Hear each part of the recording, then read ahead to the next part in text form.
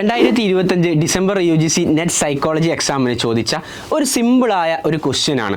Arrange the Erikson stages of development in sequential manner. അതിൽ ഒന്നാമത്തെ ഓപ്ഷനായിട്ട് കൊടുത്തിട്ടുള്ളത് ഇനീഷ്യേറ്റീവ് വിയസ് ഗിൽട്ട്, രണ്ടാമത്തെ ഓപ്ഷനായിട്ട് കൊടുത്തിട്ടുള്ളത് ഇൻഡസ്ട്രി വിയസ് ഇൻഫീരിയോറിറ്റി, മൂന്നാമത്തെ ഓപ്ഷനായിട്ട് കൊടുത്തിട്ടുള്ളത് ഐഡൻറ്റിറ്റി വിയസ് റോൾ കൺഫ്യൂഷൻ, നാലാമത്തെ ഓപ്ഷനായിട്ട് കൊടുത്തിട്ടുള്ളത് ഇൻറ്റിമസി വിയസ് ഐസൊലേഷൻ. നമുക്കറിയാം ഈ ഒരു ചോദ്യം ചോദിച്ചിട്ടുള്ളത് നമ്മുടെ UGC നെറ്റ് സൈക്കോളജിയുടെ സിലബസിലെ 9ാമത്തെ യൂണിറ്റ് ആയിട്ടുള്ള ഹ്യൂമൻ ഡെവലപ്മെൻറ്റ് ആൻഡ് ഇൻ്റർവെൻഷൻസിലെ എറിക്സൻ്റെ സ്റ്റേജസ് ആണ് ഈ ഒരു ഭാഗത്ത് ചോദിച്ചിട്ടുള്ളത്. നമ്മളെ 9ാമത്തെ യൂണിറ്റിൽ നിന്നാണ് ക്വസ്റ്റ്യൻ ചോദിച്ചിട്ടുള്ളത്. ഓക്കെ, നമ്മൾ കൃത്യമായിട്ട് 8 സ്റ്റേജസുകൾ നമ്മൾ പഠിച്ചിട്ടുണ്ട് അല്ലേ? നമ്മൾ പഠിച്ചിട്ടുണ്ട്.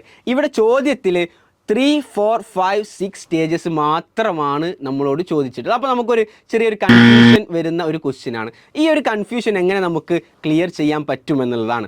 ഇവിടെ ഈ ഓപ്ഷൻ തന്നത് ഓർഡർ നമുക്കറിയാമെങ്കിലും ഇടയിലെ സ്റ്റേജസ് ചോദിക്കുമ്പോഴുള്ള കൺഫ്യൂഷൻ ക്ലിയർ ചെയ്യാൻ വേണ്ടിയിട്ടുള്ള ഒരു ട്രിക്ക് എന്നുള്ളത് ഇതിനെ നമ്മൾ ഒരു കോഡാക്കി പഠിക്കുന്നു. അഥവാ TAI3G എന്നുള്ള ഒരു കോഡിൽ നമ്മൾ പഠിക്കുന്നു. TAI3GI. അഥവാ T എന്ന് പറഞ്ഞാൽ ട്രസ്റ്റ് വിയസ് മിസ്ട്രസ്റ്റ്, A എന്ന് പറഞ്ഞാൽ ഓട്ടോണമി വിയസ് ഷെയിം. നമുക്കറിയാം I3 എന്നുള്ളത് I വെച്ച് തുടങ്ങുന്ന 3 വാക്കുകളാണ്. I3യിൽ ഒന്നാമത്തത് ഇനീഷ്യേറ്റീവ് വിയസ് ഗിൽട്ട്, രണ്ടാമത്തത് ഇൻഡസ്ട്രി വിയസ് ഇൻഫീരിയോറിറ്റി, മൂന്നാമത്തത് ഐഡൻറ്റിറ്റി വിയസ് റോൾ കൺഫ്യൂഷൻ.